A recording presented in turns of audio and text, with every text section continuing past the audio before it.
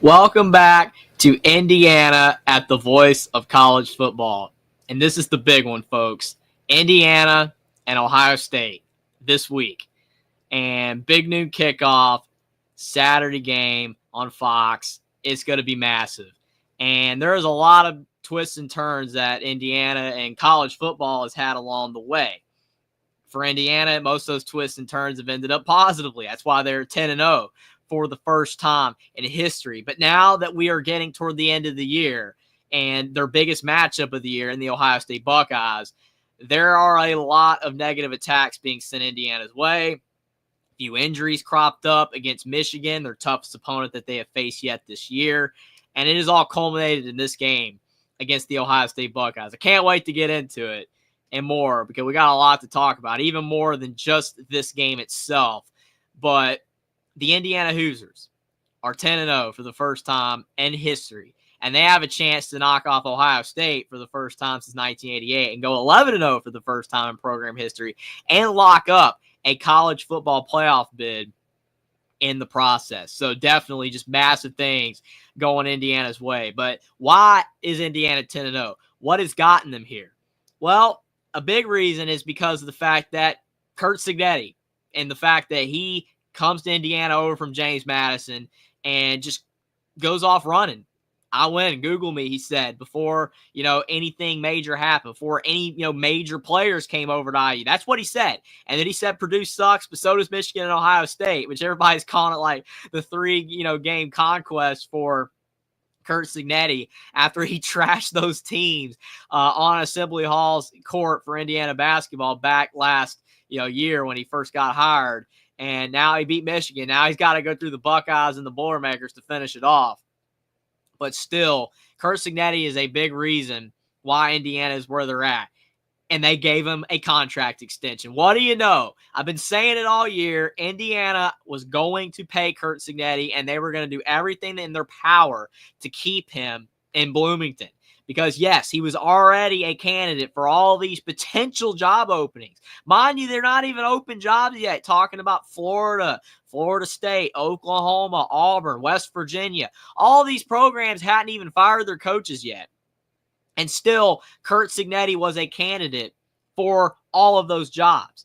And I kept saying that I believe that Indiana, with the money that they have, with the NIL money now that is legal and all across the board, people are allowed to, give money as like a donor, some of these really well, paid alumni, kind of like a Mark Cuban, for example. Mark Cuban graduated from Indiana. He's a multi-billionaire. John Mellencamp, other individuals that have a lot of money at Indiana, they're allowed to give to the program. People are allowed to give to the program, kind of like, you give donations to a nonprofit organization. People can do that. And Indiana is the second largest alumni base in the country. So they got a lot of individuals that have graduated from Indiana, and if they had a good football team, would care and donate to the program. And now that they're winning this year, we've seen a major uptick in money being sent IU's way from fans along with donors. So that's increased Indiana's NIL game, and that's going to help them get better players. But it's also going to help them keep Curt Cignetti, I said. And like I said, it happened. Curt Cignetti is staying at Indiana for good. He inks a contract extension all the way through 2032. So it's 8 years, and he's going to be making $8 million a year with incentives to possibly make $9 million a year or even $10 million a year if it's really good, close to that. And that would make him in the top 20 highest paid coaches in college football, even above Miami. He's going to be making more money at Indiana than Mario Cristobal is going to be making at Miami. And he's on par with James Franklin basically at Penn State and other programs like that. Hugh Freeze at Auburn. He's in that ballpark. That's how much Curt Cignetti is going to be making at Indiana now that this contract extension is going to be, for next year and beyond, now that it's been inked, and Curt Cignetti is not going anywhere. He said on Big Noon Kickoff and other places, like, why would I go anywhere else? Indiana football is showing the commitment to football for the first time ever in their history. Ever since Indiana football first kicked off back in the 1880s, They did not show a commitment to football. That's why they didn't get Newt Rockne from instead of him going to Notre Dame. Indiana could have got Newt Rockne, but they didn't get Newt Rockne because Notre Dame paid him more. Even all the way back in the 1920s, Notre Dame showed more of an investment for football, and Newt Rockne won a couple titles at Notre Dame. Imagine how different things would have been if he had have gone to Indiana, but that's in the past. Indiana just never committed to football. They also had a good coach in Bo McMillan in the 1940s, but after Bo McMillan's success, wouldn't say faded, but he just decided to move on to the NFL. He didn't see that he could really do any better in Indiana, so he went off to the NFL. Like I said, Indiana's had chances in the past to be good in football. They never fully committed to being a good football program. Every single really good football program that we have today, like Alabama, like Ohio State, all these great programs, they had to start with a coach somewhere. Somebody had to win, and there had to be an investment to football. And yes, we're in 2024, and some people say that it's impossible. Indiana's committing to football for the first time basically ever in their history. And you're seeing it manifest in this contract extension with Curt Cignetti. You saw athletic director Scott Dolson. You saw Pam Whitten, another major person at Indiana University, both say we cannot let Curt Cignetti get away. If he gets poached from another program, we're going to go back to being bad. We're going to go back to mediocrity. And that's not what they wanted to see because they hired him. They hired Curt Cignetti before anyone else did. He was just sitting there at James Madison. He was probably going to be content to retire there. He even said that. Yeah, I was just going to retire at James Madison. But then Indiana came calling. And they said, we want to win. We believe that you're the best guy to do it. When no other program was looking in Curt Cignetti's direction. No other program was like, hey, we want this guy. Even West Virginia, where Curt Cignetti, that's his alma mater, West Virginia, they weren't looking at him. They were sticking it out with Neil Brown. So that's my thing. I just feel like Indiana, for the first time, you could say in forever or ever, they finally made the right decision on hiring a coach. They hired the right guy, and they didn't let him get away. I mean, Tom Allen, credit to Tom Allen and what he did in the program. I've said it all season long that I still don't believe that Indiana is even here right now, even without Tom Allen, because he did have those couple years of success. It did show that Indiana could win. Michael Penix had the couple, really great moments at IU. So I still think that was very important. And when Tom Allen, like he might be getting poached to another program like Florida State. Yes, that was actually legit. Florida State was on Tom Allen's radar back then. Indiana gave him a contract extension. And yeah, it was only for like $4 million a year, but that set the precedent that Indiana was at least trying to win in football. Then things went south. They fired him, gave him $15 million, a big buyout in college football standards, not even just Indiana standards. That's the biggest buyout in Indiana history. But in college football standards history, I think it was like the third or fourth biggest buyout of all time. So that was big for Indiana to say, hey, like we're getting rid of Tom Allen, one of the winningest coaches in our history. If things aren't going very well now, we're going to get Curt Cignetti. We're going to win. We're going to prove the college football world wrong. And even though no one was expecting this, I wasn't. I thought they were going to go 7-5, which, hey, 7-5 would have been good.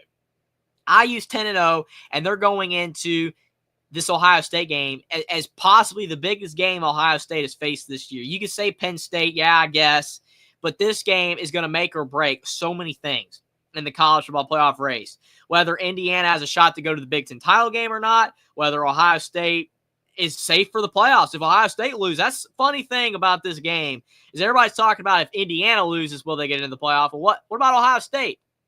Will they get in if they lose? Obviously, they probably will because it's Ohio State, but funny how that's not an argument. But if Indiana loses, it is.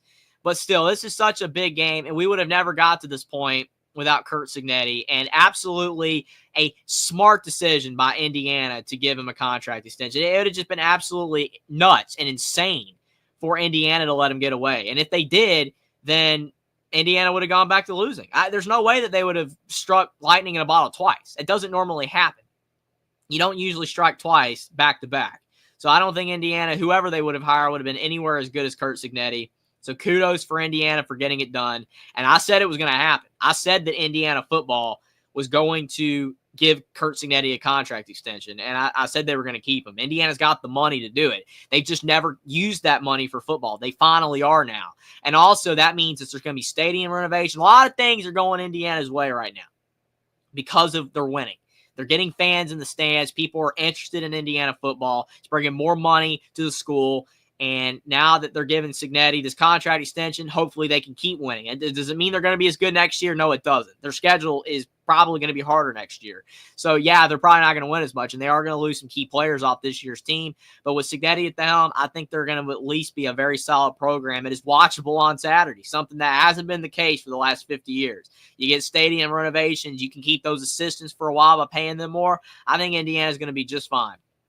They're going to be able to compete in the Big Ten. Maybe not be able to win it or be in contention for the playoff every year. That most likely will not happen. But they can be a competitive program like a Wisconsin or Iowa on a regular basis with Curt Cignetti. And they're giving him the funds to do so. And, yeah, a program can still outbid $8 million. Yeah, I know. Alabama, teams like that can do it. But I don't see Curt Cignetti leaving. His wife likes it in Bloomington. They like it in Bloomington. And Indiana's the program that gave him this opportunity to coach the Power Four. And as long as they keep investing in football, I think Curt Cignetti is going to stay. So this is massive news for Indiana. Massive, massive news. Had to happen, and they got it done. The next question is will an 11-1 Indiana make the college football playoff? Because this is what everybody is talking about. Because the narratives are already starting. The narratives are already starting that Indiana should not make the college football playoff despite just having one loss to Ohio State, which frankly is insane because we've been talking about ever since the 12-team playoff was devised that if you were in the Big Ten or the SEC, especially once all this realignment happened, and you have no losses or one loss, you're going to be in the playoff. If you have two losses, that's the gray area.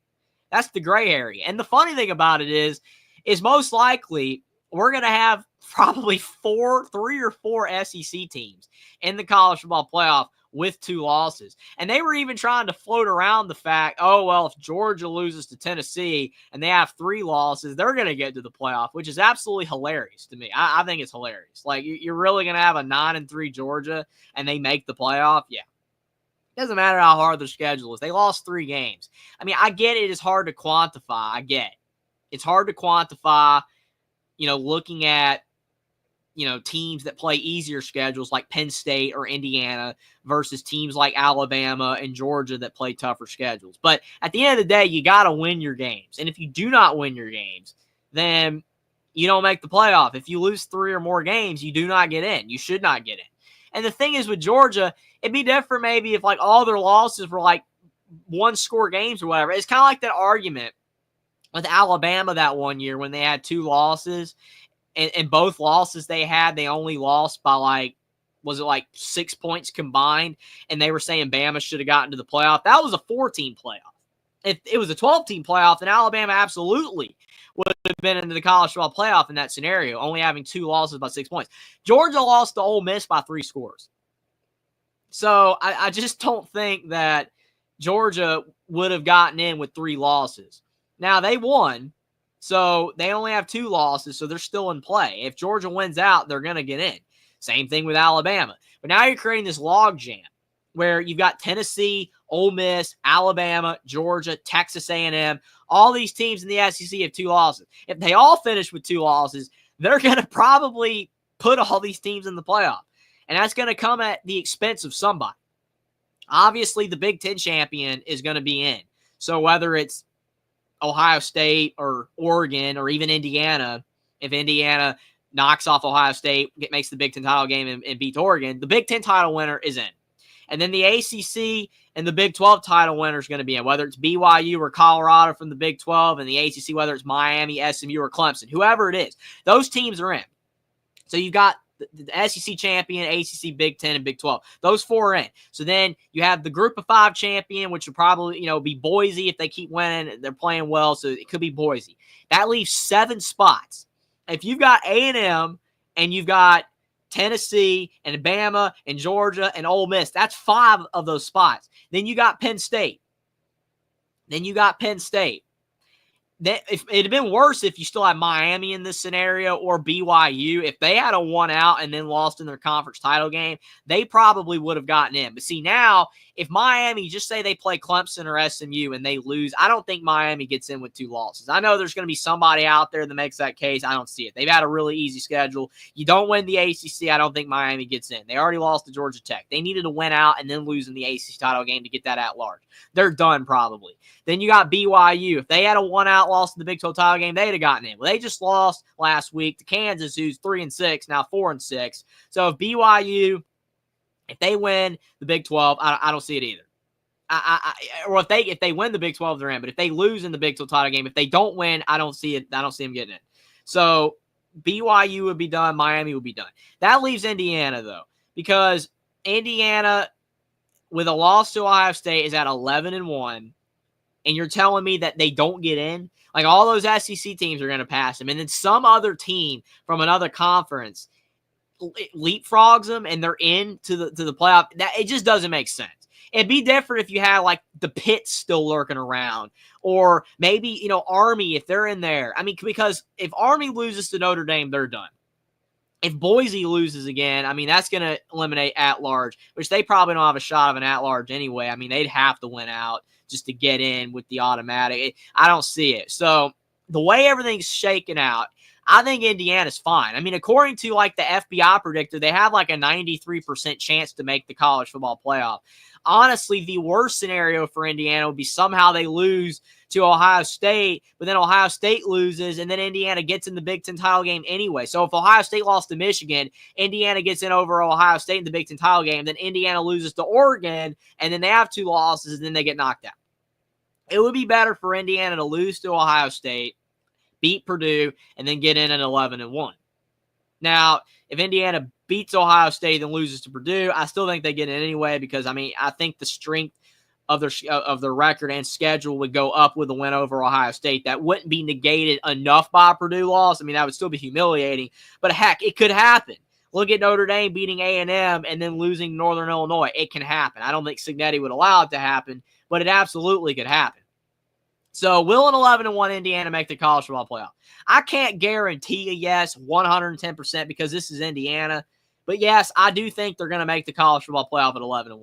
Too many teams from these other conferences have lost. You don't have one-loss Bama's lurking around. You don't have one-loss Georgia's. They all have 2 losses. I mean, this is honestly set up perfectly for Indiana, that all of these SEC teams have 2 losses. Maybe one of them leapfrogs Indiana, but they're not all going to leapfrog Indiana. And if they all do leapfrog Indiana, then that's absolutely bogus. I mean, legitimately bogus. Because, I mean, we're already having the argument being set by media members saying that, Indiana's not a better team than Georgia, Ole Miss, Bama, and Tennessee. Topic Shea said that earlier today. And it's like, okay, yeah, that's just a horrible statement, honestly. Because nobody's saying Indiana's a better football team than those teams. But Indiana's won their games. These teams haven't won their games. So that's how it works. If you win your games, you're in. And if Indiana has 1 loss to the supposed second-best team in the nation in Ohio State on the road in the shoe, then they're in. They should get in. It's just a bad argument. It's honestly a terrible argument. And it's a shame that media members are already, bringing this up because they're trying to do Florida State 2.0. When they started the narrative that, Indiana, they're not going to get in with 11-1, just like with Florida State. If they don't beat Louisville by a lot, they're not going to get in. That's what was going on with Florida State. I mean, we remember that. We remember the whole case of, Florida State. If they didn't beat Louisville by more than like 10, then they were saying that, they're not going to get into the college football playoff. And that was a 14 playoff. And I get that with Jordan Travis out. I still understand it. I get with Jordan Travis out, it just didn't really justify that Florida State was the same team. And, yeah, they would have gotten blown out. I mean, I get it. I absolutely get it. But at the same time, I mean, you're just ruining, college football's rules of if you win your games, you get in. You get rewarded. I mean, Florida State was undefeated.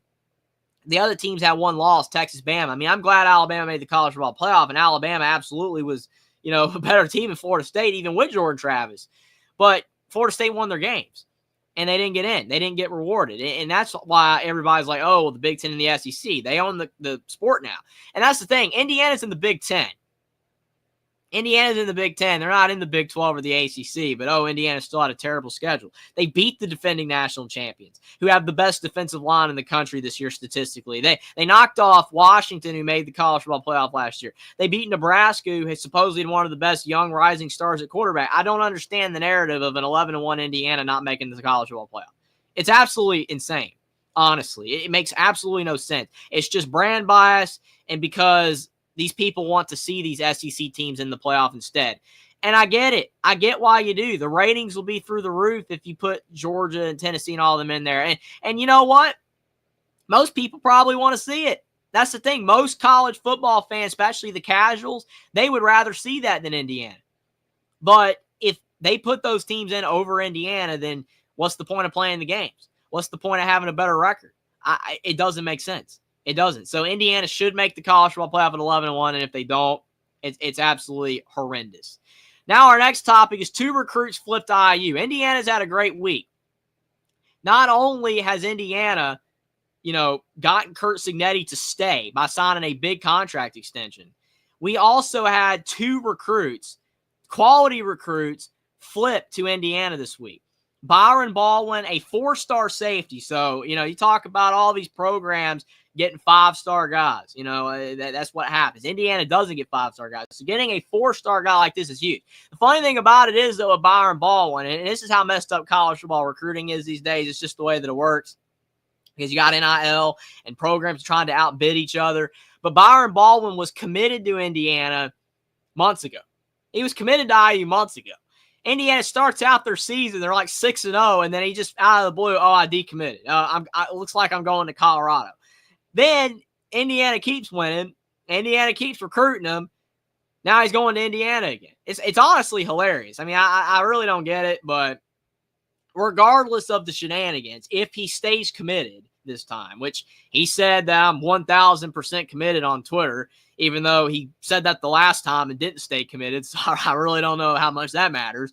But still, it's a big deal. If he stays committed and actually suits up for IU next year, he's a talented player. He's got great size for the safety position, 6'2", 190. I mean, that's perfect size. He's one of the top players at his position. So, I mean, you're talking about like basketball, right? Like if you're the 180th ranked player in basketball, probably means you're good, but not great, because in basketball, there's less players, on the floor. Obviously, there's like 300 teams or whatever. So, I mean, there's so many players. But for the big programs, there's only enough great players to go around.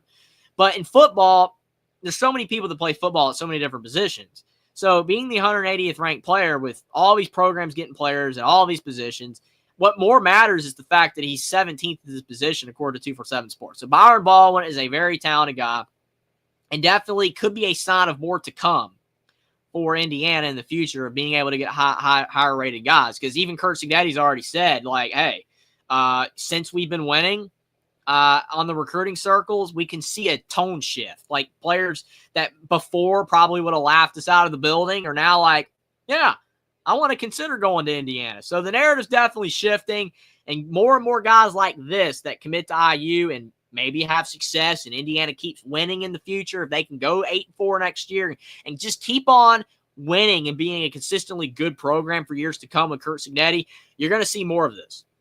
You're going to see more higher rated guys start committing to IU. But not only did Byron Baldwin commit to IU, or recommit rather, Tyrone Burris Jr., an edge rusher, 6'4", 235, who is a unranked player according to 247 Sports, but some recruiting services do rank him as a fairly high 3-star. He has committed to Indiana, and he never committed to IU in the past, but a few months ago, it was down to IU and Louisville, and he decided to commit to Louisville, which, I mean, makes sense. Jeff Brom's doing a good job down there. Louisville was very good last year, and they started out the season pretty good as well, even though they just suffered a disastrous loss to Stanford. But still, overall, they're doing pretty good. But what makes this more important is that Tyrone Burris is from Indianapolis, Indiana. He's an in-state kid, and Indiana has been really putting an emphasis with Cignetti of trying to get in-state guys. And there was actually one player for Indiana going down the list, trying to remember exactly who it was. Davion Chandler at wide receiver from Lawrence, North Indianapolis, Indiana as well. He made a statement a while back, probably 2 or 3 weeks ago. He said that in-state guys come to IU. We're a different program now. So he's trying to help Curt Cignetti recruit in-state players. It worked for Tyrone Burris. Tough loss for Louisville because he is a rising guy. Even though, again, he's only ranked as a 3-star right now, he's been moving up in a lot of services. He has a lot of game. Very talented, very fast. He's only growing in his body. I mean, 6'4" for an edge rusher is pretty tall. Maybe he could get to 6'5". So, I mean, just 2 really good pickups for Indiana that they wouldn't have had this if they didn't go 10-0 this year. This is what winning does. Winning helps you recruit better.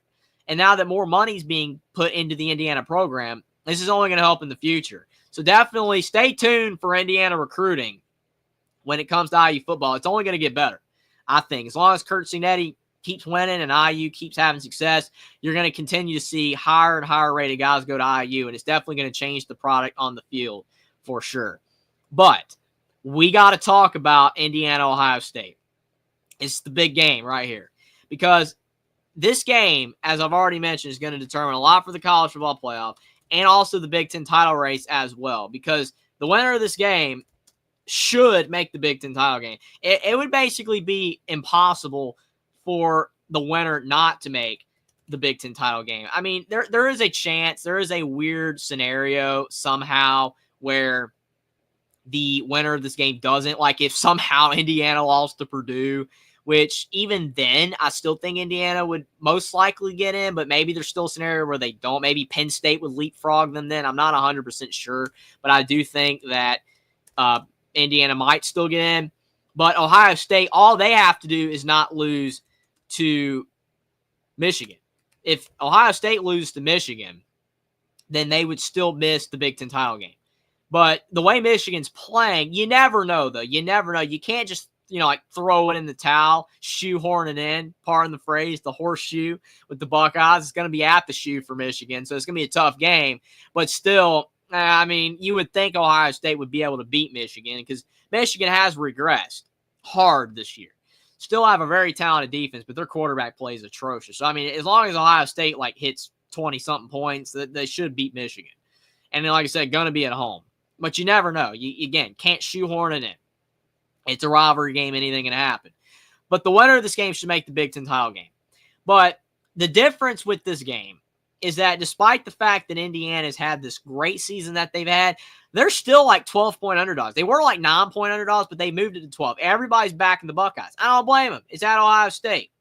And Ohio State has 5 stars out the yin. Indiana has 0 5-stars, which is hilarious. Why earlier today, Tommy Tuberville said that Indiana bought their team. And it's okay, everybody's buying their team. Indiana has no 5-stars. They're all 2 stars and 3 stars. Some were 0 stars. So, yeah, okay. Ohio State has tons of 5-stars. I mean, bringing in Will Howard, Quinshon Judkins, so many of these players that they brought in is because of NIL in the portal. It's legal now. Everybody can do it, so that's crazy. But looking at Ohio State's roster, I mean, Will Howard has been getting the job done. He's been getting the job done. He hasn't been spectacular. I mean, 186 at 255, 2,484 yards, 73% completion percentage. Those are all good. And 24 touchdowns and 5 picks. It's pretty good. I mean, he's just hasn't been spectacular. He's been good. He's been doing his job. And honestly, that's all he has to do to win this game. Because, I mean, I remember when they played Penn State, I think he only threw for 180 yards. He did have the pick 6, which was bad, which I really think if Indiana has a shot to win this game, they're going to have to force a defensive turnover. Ohio State's going to have to throw a pick or 2 in this game. You have to have a couple fumbles or something like that. Maybe get a score out of it. Honestly, when Penn State had that pick 6 on Will Howard, I was like, man, Penn State's got a shot to win. And then Penn State couldn't score at all. So, yeah, that's going to be big key as well for Indiana. We'll get to Indiana's side. But, yeah, they can't be like Penn State. They have to score because Ohio State's got tons of weapons. They're going to put up points. But Will Howard, been unspectacular, but he hasn't had to be spectacular for Ohio State to win. He's been good enough. And if he's good enough against Indiana, doesn't turn it over, just plays a mistake-free game, should be good to go. But then looking at the running back position, this is where Ohio State makes their bread and butter. Quinshon Judkins, Travion Henderson, the talented duo. That's why they brought Judkins over, because Henderson's really good, but they knew that bringing in Judkins was going to make a 1-2 punch that was going to be almost unstoppable at running back, and it has proved to be so. 700 yards for Judkins, 700 yards basically for Henderson, and you look at the touchdowns, 8 and 5, so 13 touchdowns. I mean, honestly, these stats could be better.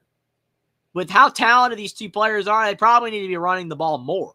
But these guys are still great.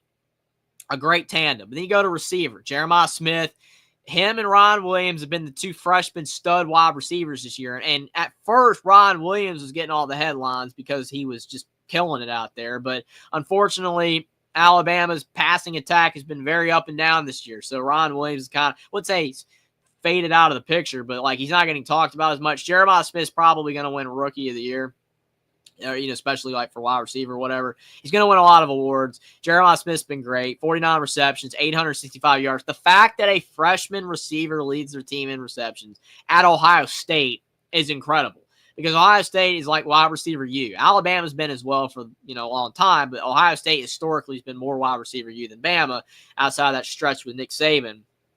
And Jeremiah Smith, leading the charge. It's impressive.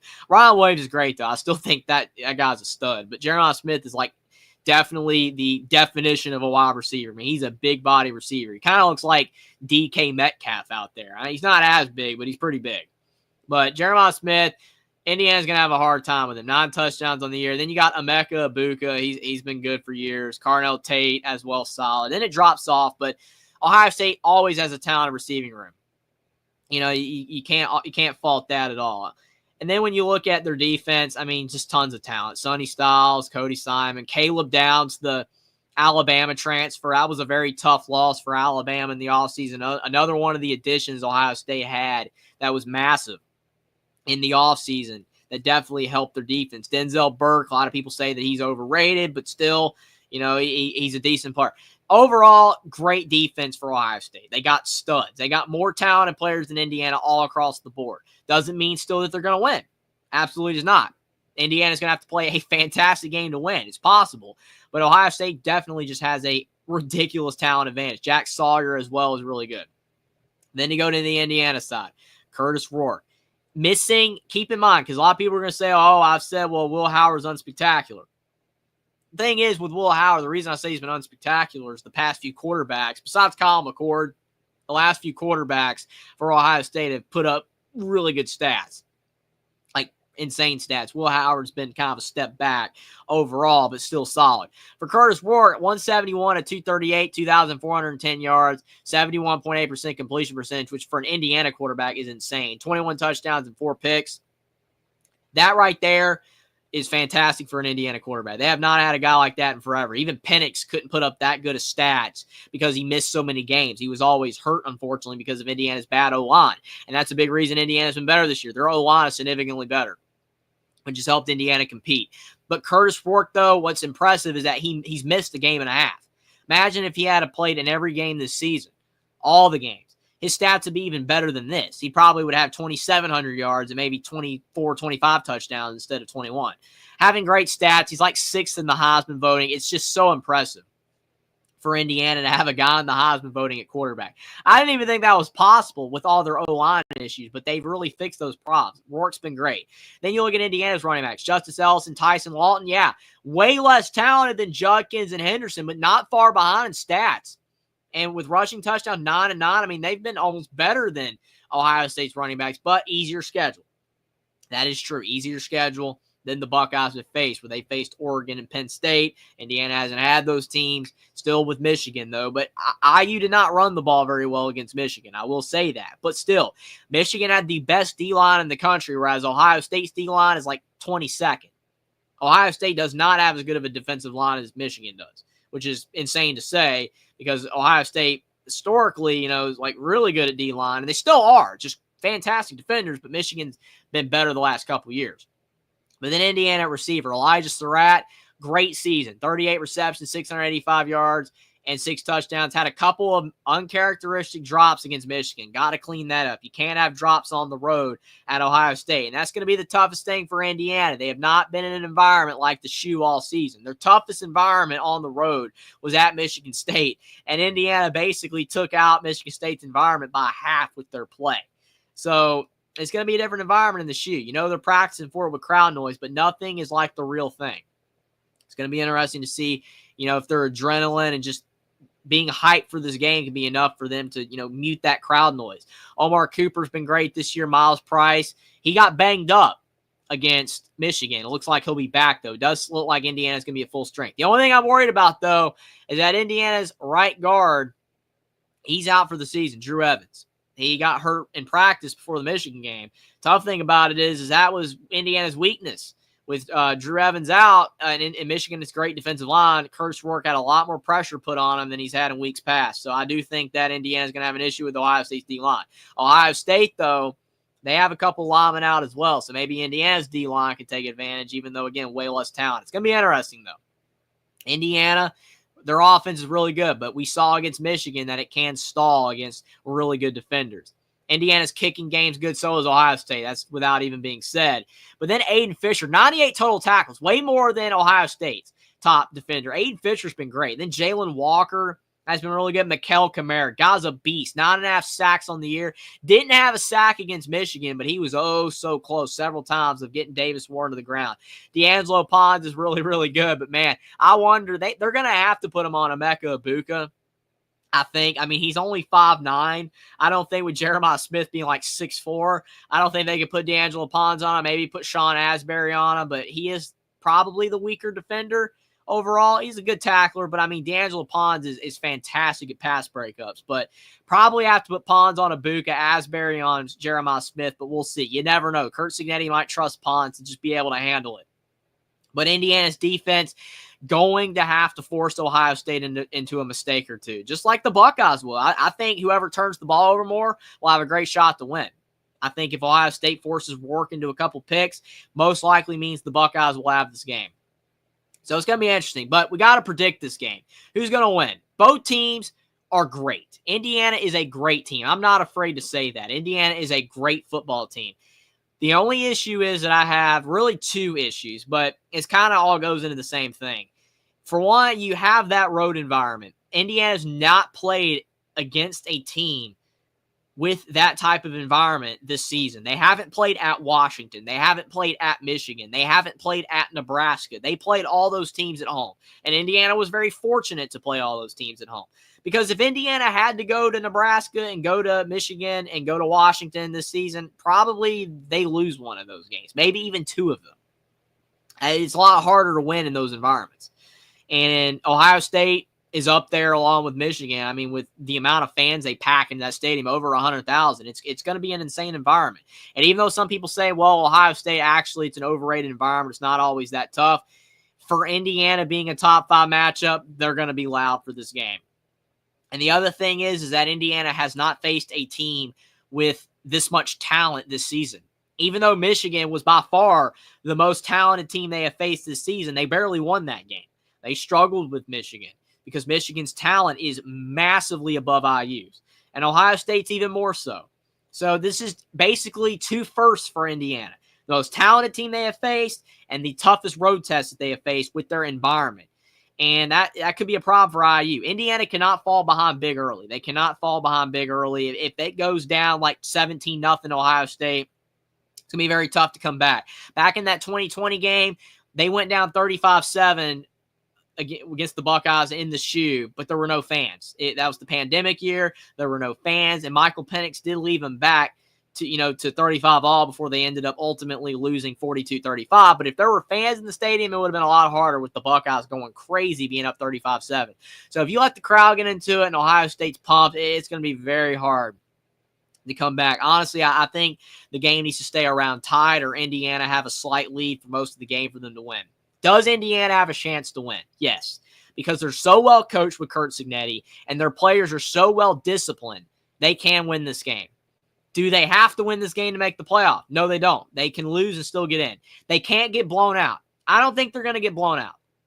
I honestly don't, and I do think they can win this game. I do very well think that they can win this game. But Ohio State's talent advantage is so vast, and it is on the road. Toughest game they faced all year. I am going to pick Ohio State to beat Indiana 31-21. I think Indiana hangs with the Buckeyes for the vast majority of the game. I think it's going to be pretty close, but I do think that Ohio State at the end, with their talent advantage, will pull off a couple big drives, and they will survive against Indiana. I hate saying it. I've picked Indiana to win every game this year, even Michigan. I picked every game. I've gone 10-0 with the Hoosiers this year, even though I picked them to go 7-5 in the preseason. Since they've started winning all these games, I picked them against Nebraska. I picked them against Michigan. I picked them against Washington. All those games, Michigan State, but this is the first game that I can't pick them. They can win. They absolutely can win, and I hope they do. It'd be so awesome for Indiana to get the Buckeyes off their back, get their first win over them in 35, 36 years, and lock up a college football playoff bid, even though they still should get in with a loss. I think they're going to fall short. And a 31-21 loss should not knock them out of the playoff. If it does, it's ridiculous, but I think they still will be fine for the college football playoff. But we have some people here. We've got Jackson saying, what's up, Hoosier Nation? Appreciate it, Jackson. Got Jeff as well. Steven saying, hit the like button. Appreciate it. Steven Cherry, absolutely hit the like button. Subscribe if you are new as well. Trying to build up the channel. Like the stream down below. Subscribe to the channel if you are new. If you're an Indiana fan or not, does not matter. Would really appreciate it if you guys sub. Stephen Cherry says, win or lose versus Ohio State, Indiana deserves a playoff bid. These schedules are made years out. Absolutely. And again, it doesn't matter that the opponents in Indiana's face are worse this year. They're still good teams. And they're in the Big Ten. And all these other teams have more losses. So, yeah, I agree. Thank you, Stephen. I agree 100%. Stephen says, Cignetti reminds me of Barry Alvarez taking over Wisconsin back in the day. Great comparison. Love it. People are saying Nick Saban. I mean, yeah, he gives Saban vibes. He does. But I think Barry Alvarez is a fair comparison.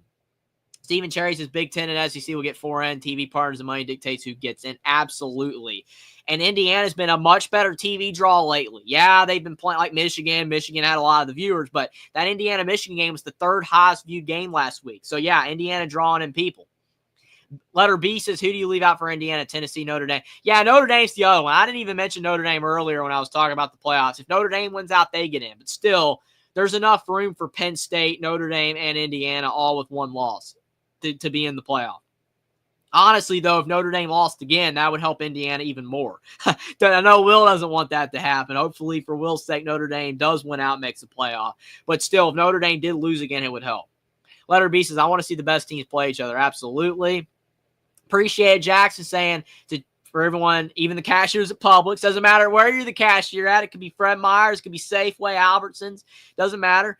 Appreciate if you guys would check out Indiana, the voice of college football, and also my channel, Only Talk Sports. Definitely appreciate that, Jackson.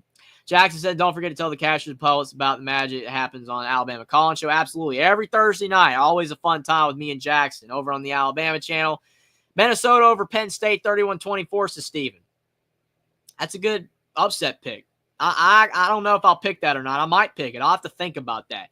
Minnesota's weird, man. They're weird. And honestly, that's another game that would help Indiana. If Minnesota beats Penn State, anybody with one loss, like your BYUs, your Miamis, Notre Dame, Penn State, for all of them to lose again, absolutely would help, Indiana's chances of getting in. Jeff says, can't wait to see what happens. I hope Indiana gets in the playoff. Absolutely, Jeff. Steven says, I've got Ohio State 38-17 over Indiana. Close in the first half. Buckeyes pull away in the second half. That's fair. Leo says there's talk about leaving Rourke on the bench to protect him for the playoffs. Well, I will say this. He's got to play versus Ohio State no matter what happens. Because if Indiana gets blown out, there will be talk of leaving them out of the playoff, which is ridiculous, but they will do it. The talk will be there. So they have to compete versus Ohio State. They can't bench. Now against Purdue, maybe you can do that, but you still want to win, right? Like Taven Jackson's playing, and it's a close. Like you don't want all the hard work you've done this season to go out the tubes because you sit Rourke and then you end up losing to Purdue after losing to Ohio State. Because a 10-2 Indiana is not getting in. Absolutely not. So I would play Rourke regardless. If he gets hurt, I mean, that it is what it is. You don't want that happening, but it is what it is. You're just going to have to go with Taven Jackson. And honestly, I don't think Taven Jackson's that big of a drop-off from Rourke as people would want you to believe. I don't think it's as bad as, like, Travis being gone from Florida State and their backup quarterbacks were terrible. Taven's worse, but he's not terrible. I wouldn't bench Rourke, but if people are saying it, that's crazy. I hope that's not the case. Steven says if Hoosiers are smart, they would target Denzel Burke. Absolutely. There's a lot of players that Indiana can get. It's going to be interesting because they got a big recruiting class already. They're going to lose a lot of players, a lot of seniors. So I wonder how many players Indiana will get in the portal, but Cignetti is going to have to target the portal. He's going to have to find a way to get a couple more solid players in the high school recruiting class because, yeah, you're going to have to compete. You got to bring in good players to compete. And they brought in the right group of guys this year. Got to do it again next year if you want to keep winning, or people will just end up saying it was a one-hit wonder, and you definitely do not want that. But thanks, everybody, for being here. Like the stream down below. Subscribe to the channel if you're new at the Indiana channel, the Voice of College Ball, or the Big Ten channel if you're watching over there. Definitely would appreciate it. Check out my YouTube channel, Only Talk Sports, if you want to find content on college football and all the other sports as well. Definitely would appreciate it. We got a big game coming up this Saturday. Indiana and Ohio State, the game of the week. Can the Hoosiers knock them off? Can they knock off the Buckeyes? Something they haven't done in almost 4 decades. I think they can, but I am going to go with Ohio State to win regardless. Still do believe Indiana can get the – oh, okay, yeah, Denzel Burt, my bad. I was thinking of someone else. There is someone else. I think there is a Denzel in the portal. Yeah, you're right. Yeah, absolutely. Ohio State's Denzel Burt, 100%. 100% Indiana has got to go at him because he is the weak guy. Everybody for Ohio State has said that he's not one of their better defenders. I think he's okay. He is overrated, but I think he's still okay overall. But definitely, you put Surratt on Burke on an island, I think Surratt can win that matchup downfield. Yeah, definitely had a little bit of a brain fart on that one. But yeah, I was thinking of portal. We're already getting close to portal season, so there's a lot of talk with that too. So stay tuned at Indiana, the Voice of College Football, for all that portal news is going to be coming down the pipe. But appreciate you being here tonight, Steven, Jeff, Jackson, Leo, and everybody else, the letter B as well. Can't wait for the game. It's going to be big, and we'll definitely be having the post-game reaction for that game sometime during the weekend. I'm not 100% sure when. Won't be right after the game, but definitely we'll be able to do that eventually. And hopefully it's a good result for IU, but I'm sure you'll be excited, Steven, if Ohio State can win as well. It's going to be a great game. Appreciate you for stopping by tonight, everybody. Big game for IU, and hopefully the Hoosiers can go 11-0 with a win over Ohio State. Thanks for being here, everybody. Go Hoosiers.